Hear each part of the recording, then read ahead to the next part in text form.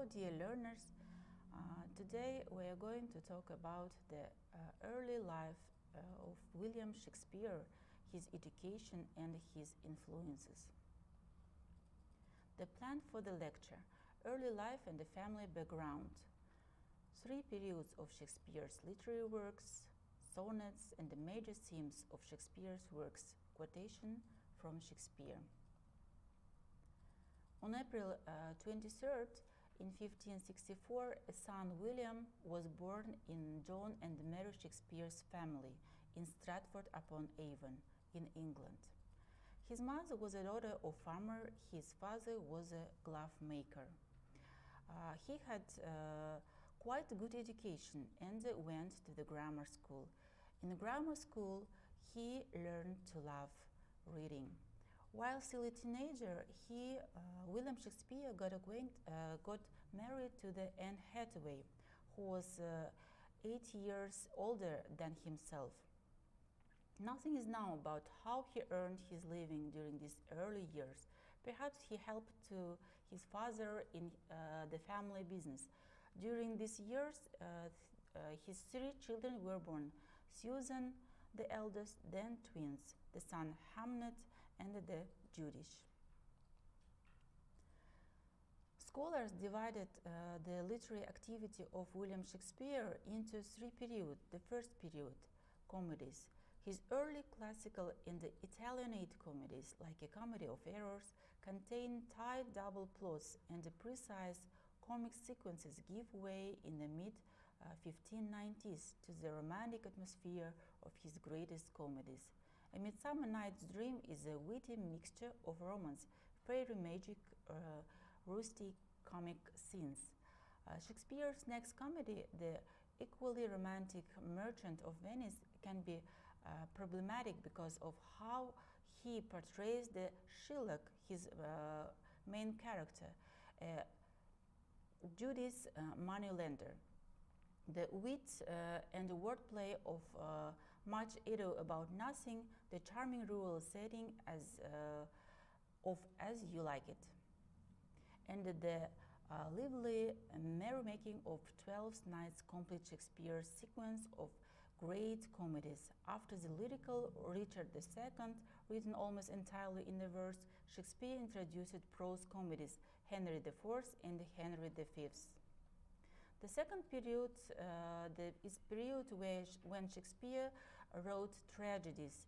His characters become more complex and tender as he switches deftly between comic and a serious sense, prose and poetry, and achieves the narrative variety of his mature work. Shakespeare tragedies often hinge on such fatal errors and flaws which overturn order and destroy the hero and those he loves. Humanistic ideas are particularly stressed in Hamlet. Something must be done to change the world to the laws and the moral. Human relation depends on social problems. Intelligence is not enough to be happy. And the last period, the third period, romantic dramas. In his final period, Shakespeare turned to romance and the tragic comedies and completed 3 more major plays: Cymbeline, Winter's Tale, and The Tempest. Less bleak than the tragedies, these 3 plays are graver in tone than the comedies, but they end with reconciliation and the forgiveness of potentially tragic errors. Some commentators have seen this change in mood as evidence of more serene view of life of Shakespeare's part, but in many merely reflect the theatrical fashion of the day. Shakespeare's sonnets can be placed among his best works, but they occupy a unique place in Shakespeare's heritage because they are only things he has written about himself. Some critics think that particularly every line is absolutely autobiographical. The 3 main characters of the sonnets are the poet, his best friend, and the dark lady. The dark lady is beloved of the poet.